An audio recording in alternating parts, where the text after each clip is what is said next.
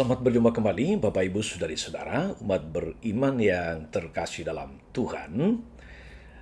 Salam sehat berlimpah berkat. Kita berjumpa kembali pada hari Jumat tanggal 21 Januari 2022 bersama saya, Romagus CSSR. Kita akan merenungkan Injil Markus bab 3 ayat 13 sampai 19. Kita mendengarkan sabda Tuhan. Dalam nama Bapa dan Putra dan Roh Kudus. Amin. Pada suatu hari Yesus naik ke atas bukit. Ia memanggil orang-orang yang dikehendakinya, dan mereka pun datang kepadanya. Ia menetapkan 12 orang untuk menyertai dia, untuk diutusnya memberitakan Injil, dan untuk menerima dari dia kuasa mengusir setan. Ke-12 orang yang ditetapkan itu ialah Simon yang diberinya nama Petrus, Yakobus anak Zebedeus dan Yohanes saudaranya. Yang keduanya ia beri nama Boanerges yang berarti anak-anak guru. Selanjutnya Andreas, Filipus, Bartolomeus, Matius, Thomas, Yakobus anak Alfeus, Tadeus, Simon orang Zelot, dan Yudas Iskariot yang mengkhianati dia. Demikianlah sabda Tuhan. Bapak Ibu Saudari-saudara, umat beriman terkasih dalam Tuhan, kita mendengarkan Yesus yang memanggil dan menetapkan 12 orang dari para muridnya menjadi rasul. Bolehlah kita sebut mereka sebagai tim 12 yang dibentuk oleh Yesus secara sangat-sangat sederhana. Mereka tidak punya kualifikasi apapun yang memadai untuk menjadi tim 12. Pendidikan mereka sederhana, profesi mereka juga sangat sederhana. Kebanyakan mereka adalah penjala ikan. Latar belakang mereka, saudara-saudari, berbeda-beda, namun mereka mempunyai dua kualifikasi yang utama. Yang pertama, mereka sepenuhnya percaya dan tertarik kepada Yesus, pada pribadi Yesus. Bersama dengan ribuan orang lain, saudari-saudara, mereka ini pengagum guru muda dari Nazaret ini. Kualifikasi yang kedua, saudari-saudara,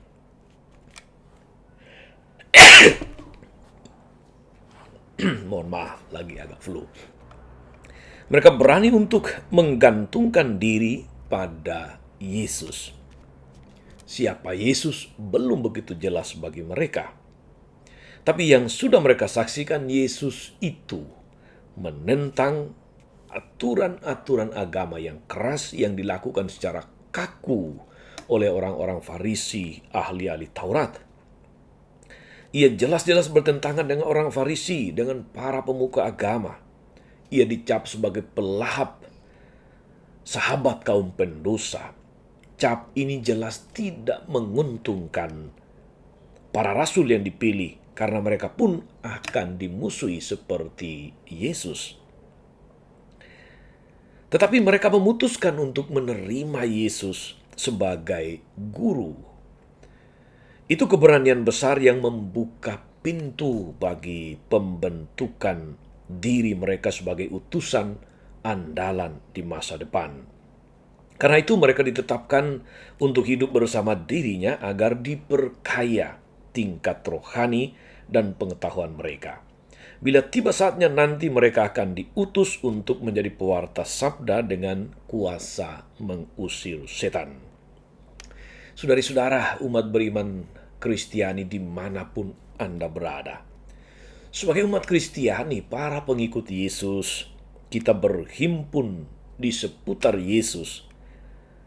Dua kualifikasi ini juga dituntut dari kita. Pertama, bahwa kita sepenuhnya tertarik pada Kristus. Tertarik pada Kristus. Di tengah aneka tawaran nilai, baik spiritual maupun jasmania belaka, saudari-saudara, fanatisme iman maupun ateisme yang berkembang saat ini, kita perlu terus-menerus memperbaharui bertransformasi mengenai ketertarikan kita kepada Kristus. Yang kedua, saudari-saudara, kita harus tetap berani menunjukkan jati diri sebagai pengikut Kristus, sebagai orang-orang Kristiani.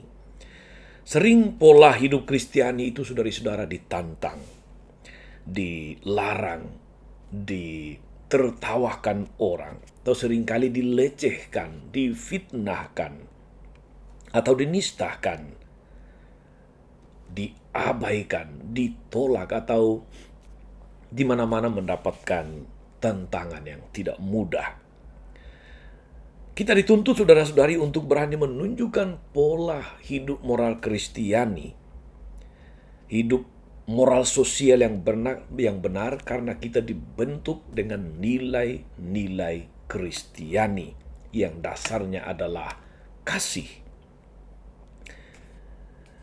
Jika kita mampu membuktikannya dalam kesaksian hidup kita bahwa nilai-nilai Kristiani itu berguna, memberi dampak luar biasa dalam hidup bersama,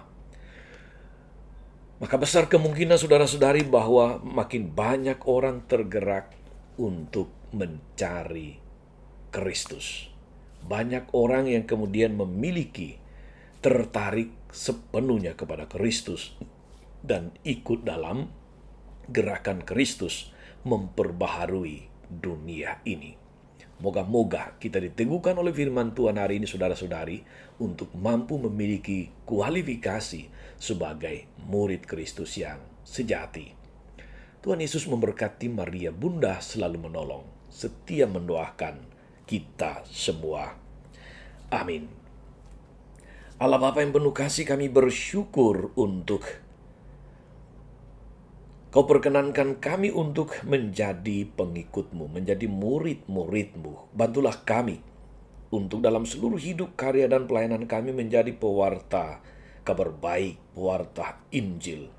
Kiranya kami dibebaskan dari sikap mengambil kesempatan di dalam segala macam situasi, tapi berani menunjukkan nilai-nilai moral iman Kristiani yang kami hayati berkat persatuan kami denganmu. Semoga melalui kesaksian hidup kami, semakin banyak orang tertarik dan tergerak untuk mencari Yesus Kristus dan menerima Dia sebagai jalan, kebenaran, dan hidup. Engkau yang hidup kini dan sepanjang segala masa. Amin. Saudari-saudara sekalian, berkat Allah turun atas saudari-saudara, atas mereka yang kita doakan atau kita janjikan doa. Mereka yang sakit dan menderita, segala rencana, karya, dan pelayanan hari ini, Bapa dan Putra dan Roh Kudus. Amin. Jangan lupa like, subscribe, nyalakan lonceng notifikasinya. Salam 52, Tuhan memberkati.